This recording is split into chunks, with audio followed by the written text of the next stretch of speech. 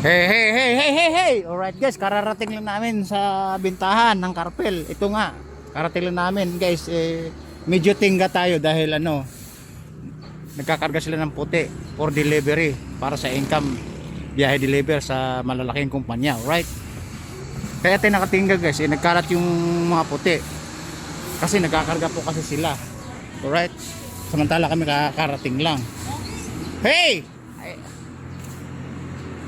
Ayan guys, oh. Nagkakalat yung puti. Nagkakalat yung puti. Ayan, oh.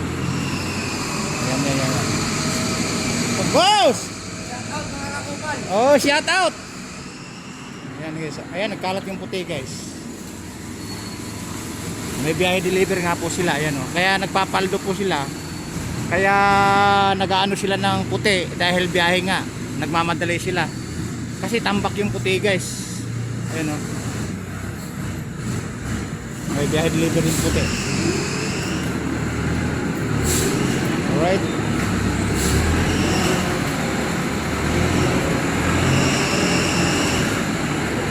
Ayan. Ayan, o. Sinasalok yung puti.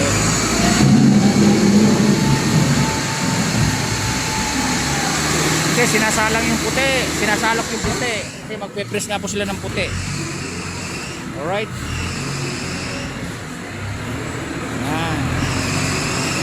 Ayan. Ayan.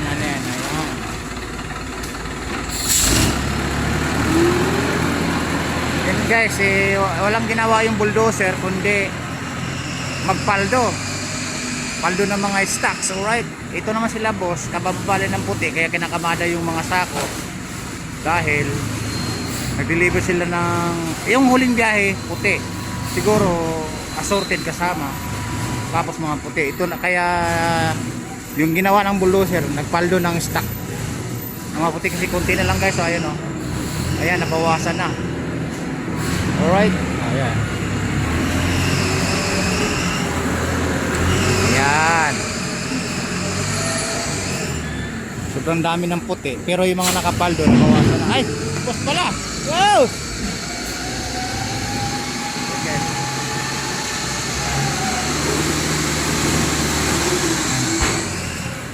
Yan.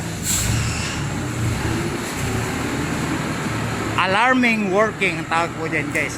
Pag mabilisan. Alarming working. Hard working. Alright, marami na naman kayo nalalaman sa akin, ano? Marami kayo nalalaman sa akin. Alarming working for hard working. Alright. Yan, mga paldo yung mga puti nilang binawag pa kayo. Sigurado galing sa school mga yan. Karamihan sa school po yan. Yan guys, mga binibili din nila sa mga puntak-puntak sa mga school. May mga kausap sila. Kundi principal, kundi yung ano doon, tawag niyan yung chief cleaners. Alright. Ayan na, chief cleaners na guys. Maliwanag pa sa sikat ng araw. Ito guys, sumabog, oh. Ano sa tali. Ayan kasi si boss nagkakarga ng puti. Alright. Kaya medyo magtagal tayo. Kasi ito nga, nagkakarga sila ng puti. Nakabalanta sa daan.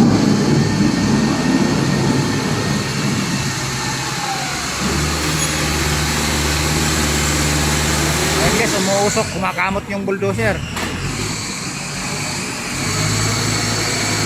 Ayan. Ayan, palapit sa akin, di ba?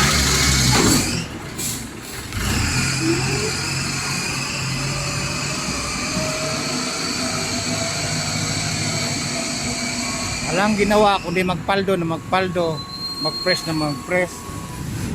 Kasi guys, yung pinipress ngayon, bukas makalawa ang biyahe niyan o matagal na yung 4 na araw o 1 linggo, di ba? Yan ang trabaho niya, para lang siya naglalaro.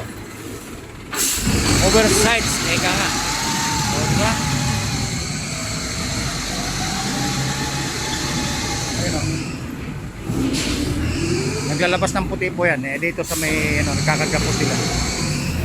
Ito naman, nag-press, tapos isa naman nagkakarga. Right?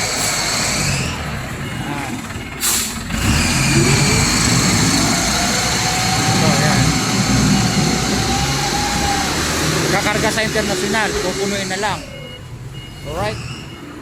Pupunuin na lang. Okay.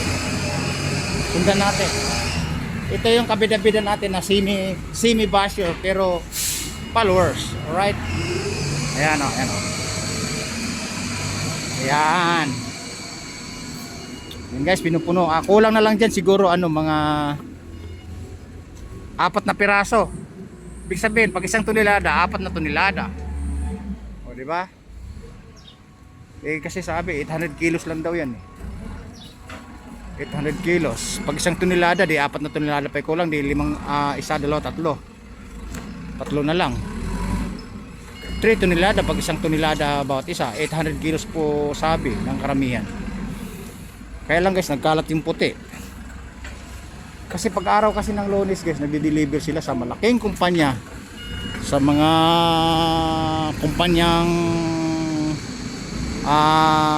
kumpanyang pang international na pang ibang bansa. Karamihan nilulusaw ulit. Nilulusaw tapos nirecycle ulit. Para, iwan ko kung maraming gagawin yan bukod sa papel. Alright?